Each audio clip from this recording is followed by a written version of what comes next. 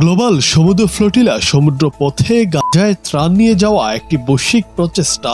এই নৌবহরে রয়েছে 40টির বেশি বেসামরিক নৌযান, যেখানে আছেন প্রায় 44টি দেশের 500 মানুষ।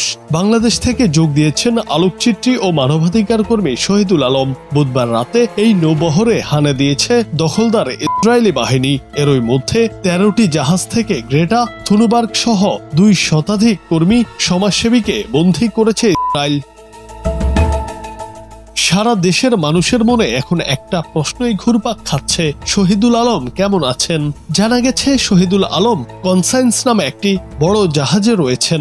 সামাজিক যোগাযোগ মাধ্যমে শহীদুল আলমদের জাহাজ আটকের খবর ছড়িয়ে পড়লেও তা এখনো নিশ্চিত হওয়া যায়নি।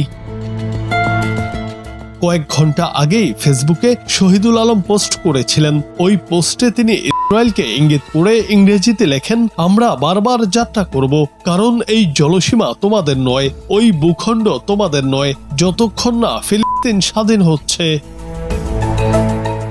এর আগে একাধিক ভিডিও বার্তা প্রকাশ করেন শহীদুল আলম। এর একটিতে বুধবার সন্ধ্যায় তিনি বলেন, আমার ড্রোন ওয়াচ দেখাচ্ছে আরো 1 ঘন্টা যেতে হবে, যেখানে আমরা সাধারণত সম্ভাব্য আক্রমণের প্রতি নজর রাখি। আমার ওয়াচে এর আগে একটি তুর্কি জাহাজ দেখা গেছে, তবে এখন পর্যন্ত বিপজ্জনক কিছু ঘটেনি।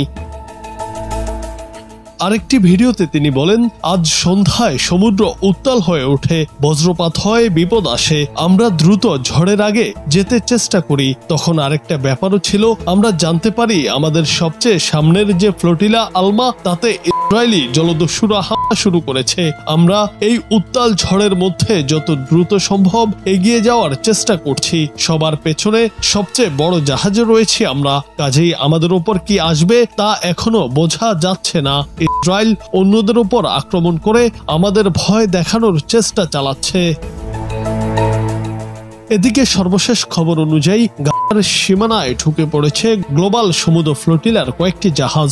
নেতানিয়াহুর বাহিনী সর্বোচ্চ চেষ্টা ও হামলা চালিয়েও সবগুলো জাহাজ আটকাতে পারেনি। অন্যদিকে গাজামুখী নৌবহর গ্লোবাল সমুদ্র ফ্লোটিলায় ইসরায়েলের হামলার ঘটনায় বিশ্বজুড়ে নিন্দার ঝড় উঠেছে। তুরস্ক এটিকে সন্ত্রাসী কর্মকাণ্ড হিসেবে আখ্যা দিয়েছে। গাজামুখী ত্রাণ বহর আটকে দেওয়ায় স্পেন, ইতালি, জার্মানি, তুরস্ক, গ্রিস সহ বহু দেশে ব্যাপক বিক্ষোভ শুরু হয়েছে। আর্জেন্টিনা, মেক্সিকো ও কলম্বিয়ায় রাস্তায় নেমে পড়েছে মানুষ। জুনায়েদ আহমেদ, বাংলা টিভি।